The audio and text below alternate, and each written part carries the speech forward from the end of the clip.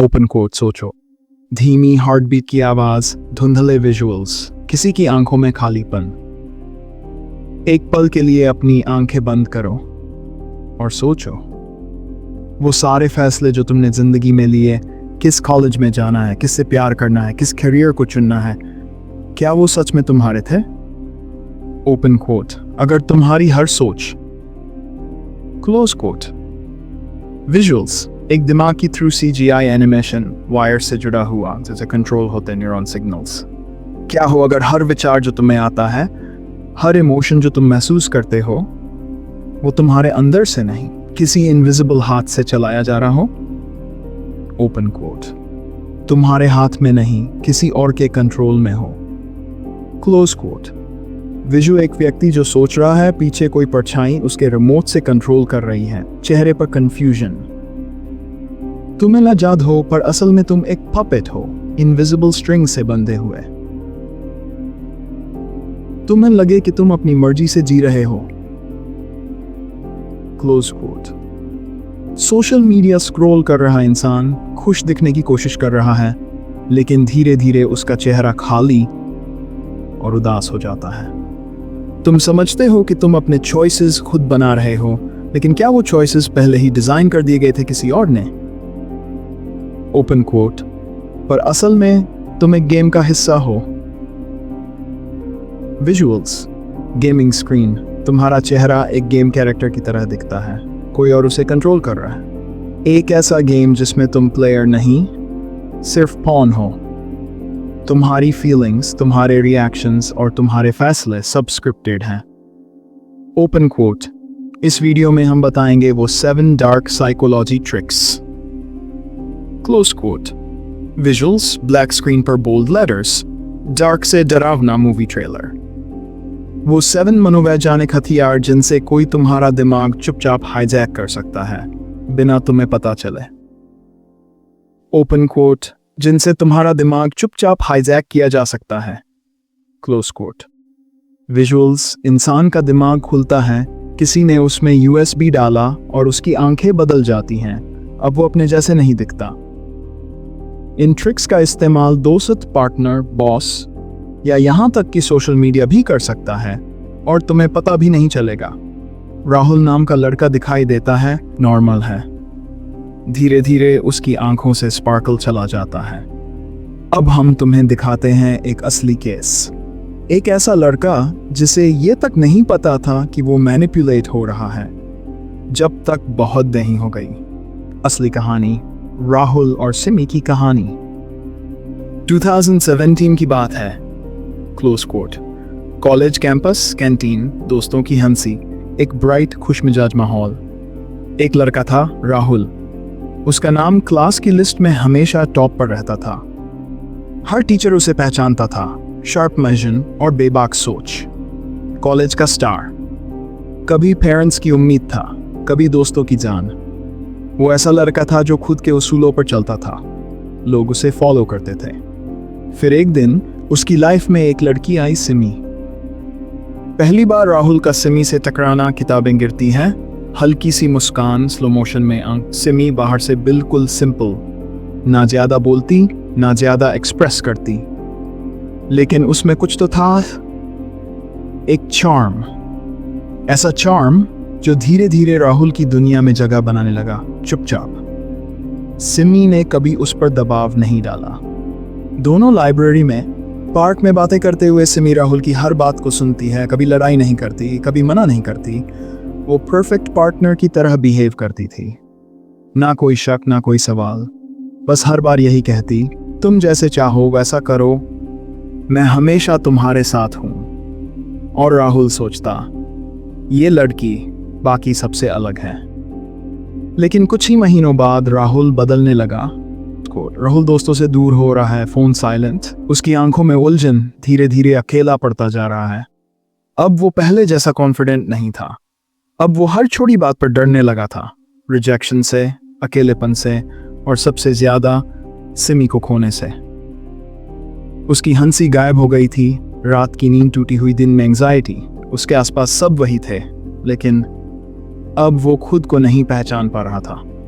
वो सोचता था कि वो अब भी अपने फैसले खुद ले रहा है। राहुल मिरर में खुद को देखता है और धीरे धीरे उसकी आंखें किसी और के कंट्रोल में जाती हैं, जैसा कोई रिमोट से चला रहा हो। उसे लगता था, मैंने खुद ही तो चुना है ये सब, किसी ने मजबूर थोड़ी किया। लेकिन असल में वो मैनिपुलेट किया जा रहा था, बड़ी सफाई से, बिना किसी शक के। वो सिमी की इनविजिबल मैनिपुलेशन का शिकार बन चुका था। विजुअल, सिमी मुस्कुरा रही है लेकिन उसका रिफ्लेक्शन एक मास्क पहन चुका है। एक कोल्ड स्ट्रैटेजिस्ट, उसके थॉट पैटर्न्स, इमोशंस, डिसीजंस सब कंट्रोल होने लगे थे। वो अब वही सोचता था जो सिमी चाहती थी। वो वही करता था जिससे सिमी को फायदा हो, पर उसे पता तक नहीं चला, क्योंकि मैनिपुलेशन का सबसे खतरनाक रूप वही होता है जो प्यार की शक्ल में आता है। कैसे? विजुअल स्क्रीन पर बोल्ड टेक्स्ट आता है, हाउ। कैसे कोई इंसान तुम्हारे दिमाग से खेल सकता है, तुम्हारे सवालों, इनसिक्योरिटीज और इमोशंस के जरिए। आज हम जानेंगे 7 ऐसी dark psychology techniques. Distorted human silhouettes, हर एक का चेहरा बदलता रहता है, कभी दोस्त, कभी बॉस। वो टेक्निक्स जो हर दिन तुम्हारे आसपास चल रही हैं, सोशल मीडिया पर, रिलेशनशिप्स में, और हाँ, कई बार तुम्हारे अपने भी इसका इस्तेमाल करते हैं, जानबूझकर या अनजाने में। और ये टेक्निक्स तुम्हारा दिमाग चुपचाप हाईजैक कर सकती हैं, बिना तुम्हें पता चले। एक इंसान सोते हुए दिखता है और उसके ऊपर शैडो जैसी चीज उसके दिमाग से इंफॉर्मेशन निकाल रही है। अब सवाल सिर्फ इतना है, क्या तुम ये पहचान पाओगे, या फिर तुम भी राहुल की तरह खुद को खोते जाओगे, धीरे धीरे, चुपचाप। Cut to title sequence, 7 dark psychology tricks जो आपके दिमाग को चुपचाप कंट्रोल करते हैं। 1. गैस लाइटिंग, तुम पागल हो गए हो। धीमा, unsettling ambient music. Gas lighting एक ऐसा खेल है जिसमें खिलाड़ी सिर्फ एक ही होता है, मैनिपुलेटर, और शिकार वो धीरे धीरे खुद को खो बैठता है अपने सवालों में, अपने ही जवाबों में। क्या होता है गैस लाइटिंग? ये एक मनोवैज्ञानिक हथियार है जो इंसान की रियलिटी को डिस्टॉर्ट करता है। मैनिपुलेटर आपका भरोसा, आपकी याददाश्त, परसेप्शन और इमोशन से हटा देता है। आपने जो देखा, महसूस किया या सुना, अब वो झूठ लगने लगता है। Real life story based example. कहानी। नेहा और अर्जुन। नेहा एक सॉफ्टवेयर इंजीनियर थी, कॉन्फिडेंट, करियर फोकस्ड और इमोशनली अवेयर। अर्जुन उसका बॉयफ्रेंड था, चार्मिंग, इंटेलिजेंट और हर किसी की नज़रों में परफेक्ट बॉयफ्रेंड। शुरुआत में सब कुछ परियों की कहानी जैसा था, लेकिन धीरे धीरे चीजें बदलने लगी। नेहा ने अर्जुन को दूसरी लड़की के साथ एक कैफे में देखा। उसने रात को पूछ लिया, तुम कल पूजा के साथ थे? अर्जुन हंस पड़ा, तुम पागल हो गए हो क्या? तुम हमेशा शक करती हो।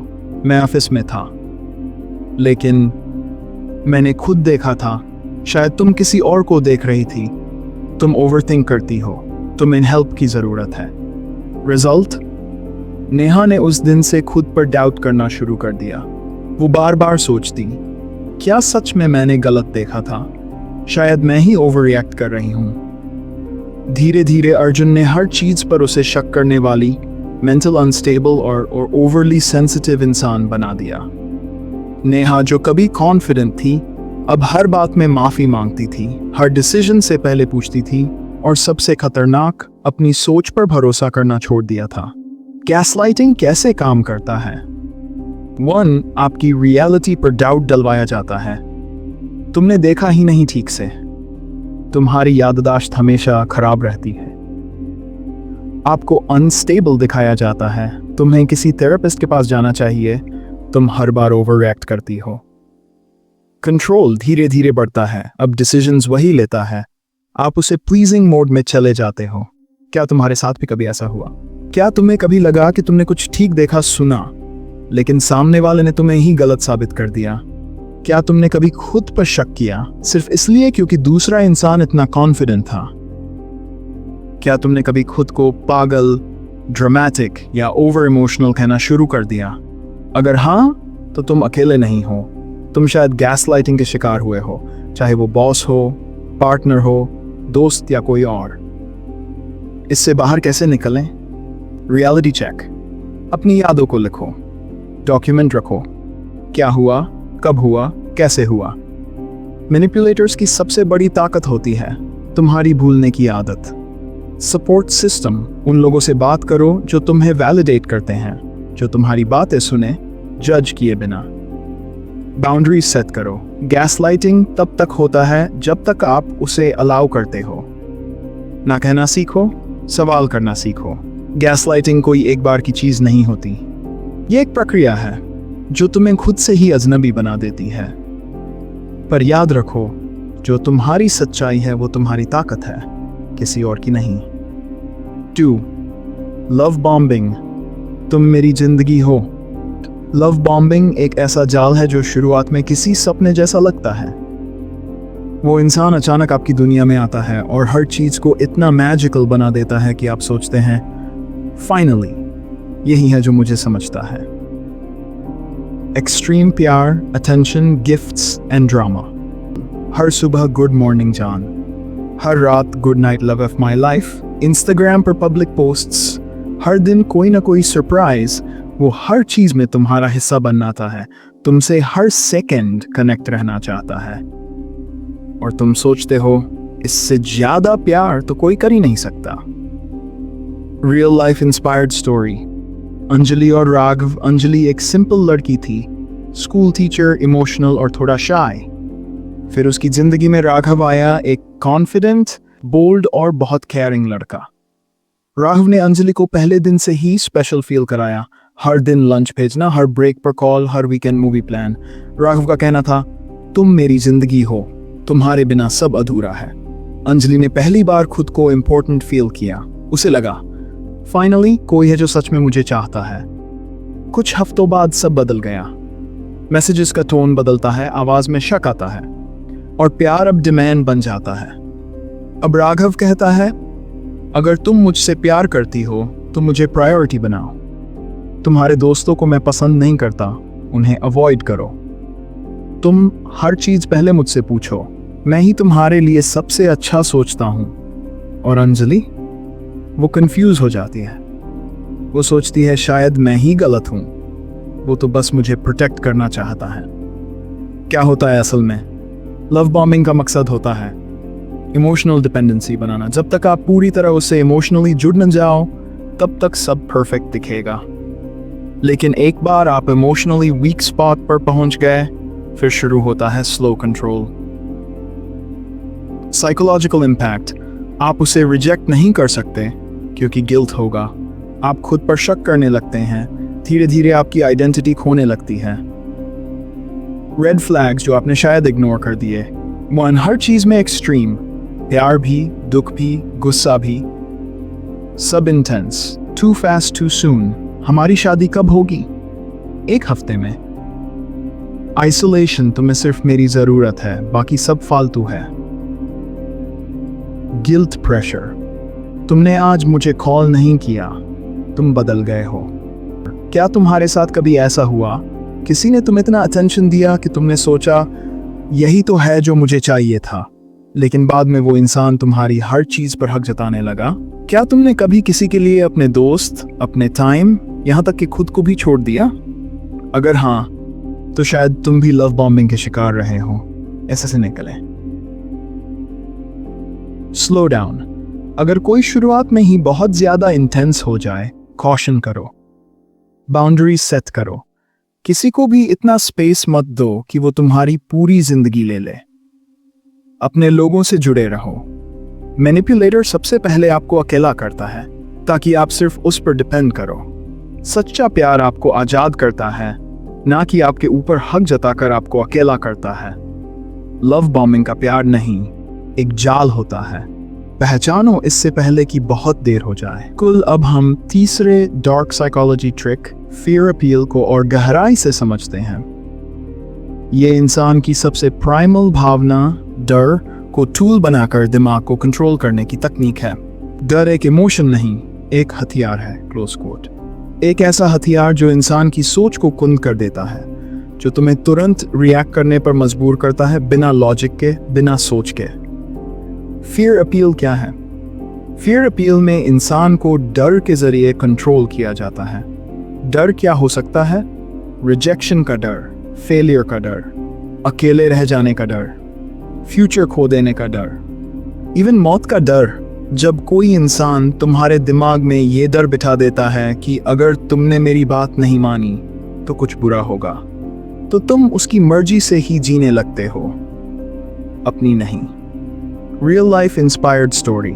आयुष और उसकी माँ। आयुष एक 19 साल का लड़का है। उसे फोटोग्राफी का बहुत शौक है।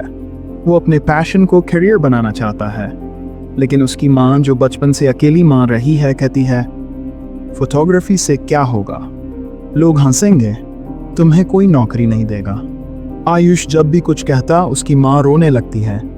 अगर तुमने मेरी बात नहीं मानी तो मैं जहर खा लूंगी, मुझे हार्ट अटैक आ जाएगा। आयुष डर जाता है।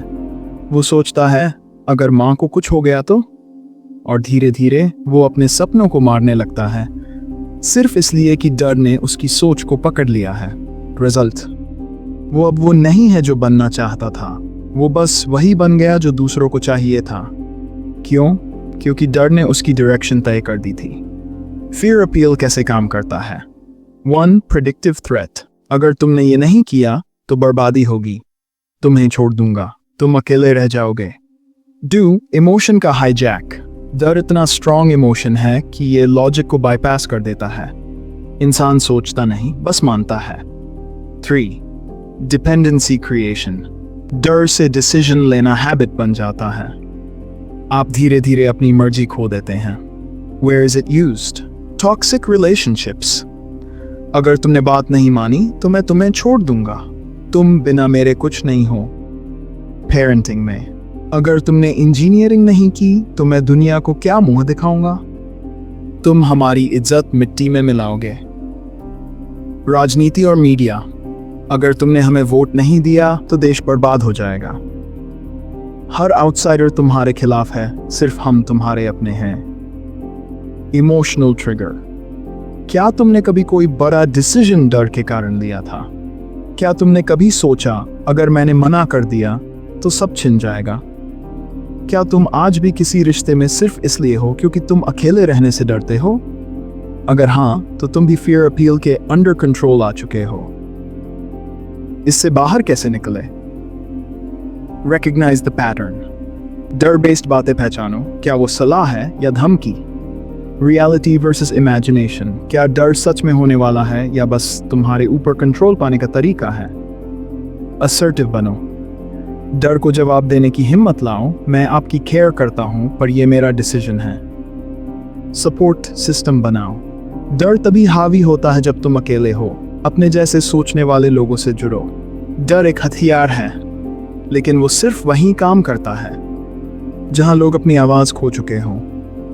अगर तुम्हारी आवाज में हिम्मत है तो डर भी तुम्हारे सामने झुक जाएगा। अब हम इस चौथे डार्क साइकोलॉजी टेक्निक ट्रायंगुलेशन को और गहराई से समझते हैं। 4. ट्रायंगुलेशन। देखो, वो तुमसे बेहतर है। तुलना इंसान को तोड़ने का सबसे आसान तरीका है, और जब ये तुलना जानबूझकर की जाती है तब ये सिर्फ कंपैरिजन नहीं, मैनिपुलेशन बन जाती है। Concept explain. ट्रायंगुलेशन एक बहुत ही चालाक मनोवैज्ञानिक हथियार है जिसमें कोई व्यक्ति तीसरे इंसान का इस्तेमाल करता है तुम्हें नीचा दिखाने या इमोशनली कंट्रोल करने के लिए। ये एक ऐसा गेम है जिसमें 3 लोग होते हैं, एक मैनिपुलेटर, एक टारगेट यानी तुम, और एक थर्ड पर्सन जिससे कंपैरिजन किया जाता है। Real life situation example. Scene, एक कपल का रिश्ता, राहुल और सिमी रिलेशनशिप में हैं। शुरुआत में सब अच्छा था, लेकिन धीरे धीरे सिमी ने राहुल को बदलना शुरू किया, लेकिन सीधा कुछ नहीं कहा। एक दिन जब राहुल थोड़ा व्यस्त था और फोन नहीं उठा पाया, सिमी ने कहा, ओपन कोट, तुम्हें पता है वो हर वक्त मेरे मैसेज का जवाब देता है और वो मुझे स्पेशल फील कराता है, क्लोज कोट। या फिर ओपन कोट, मेरी बेस्ट फ्रेंड के बॉयफ्रेंड ने उसे उसके बर्थडे पर ट्रिप गिफ्ट किया, लेकिन तुम, क्लोज कोट। सिमी का मकसद सिर्फ कंपैरिजन नहीं था, वो राहुल को गिल्ट और इनसिक्योरिटी में धकेल रही थी ताकि वो डर के मारे उससे और चिपक जाए, हर बात में उसकी सुनने लगे और खुद को हर चीज में कम समझने लगे। Psychological impact. जब तुम्हें बार बार बताया जाए कि कोई और तुमसे बेहतर है, तो धीरे धीरे तुम खुद पर डाउट करने लगते हो। तुम्हारी सेल्फ एस्टीम टूटने लगती है और एक दिन तुम उस इंसान से वैलिडेशन मांगने लगते हो जो तुम्हें ही तोड़ रहा है। Emotional trigger. क्या तुम्हें कभी ऐसा महसूस हुआ कि कोई तुम्हें जानबूझकर किसी और से कंपेयर करता है ताकि तुम गिल्ट में रहो, लो फील करो और उस इंसान के कंट्रोल में आ जाओ? अगर हाँ, तो तुम अकेले नहीं हो और ये गलती तुम्हारी नहीं है। Hidden truth. ट्रायंगुलेशन सिर्फ रोमांटिक रिलेशनशिप्स में नहीं होती, ये दोस्तों के बीच हो सकती है। वो तो मुझसे सब शेयर करता है, तुम नहीं करते। या घर में तुम्हारे भाई को देखो, हर बार जब कोई तुम्हें इनडायरेक्टली कहता है कि तुम कम हो और किसी और को ऊंचा दिखाता है, तो वो तुम्हारा दिमाग धीरे धीरे इमोशनली डिपेंडेंट और मेंटली वीक बना रहा होता है।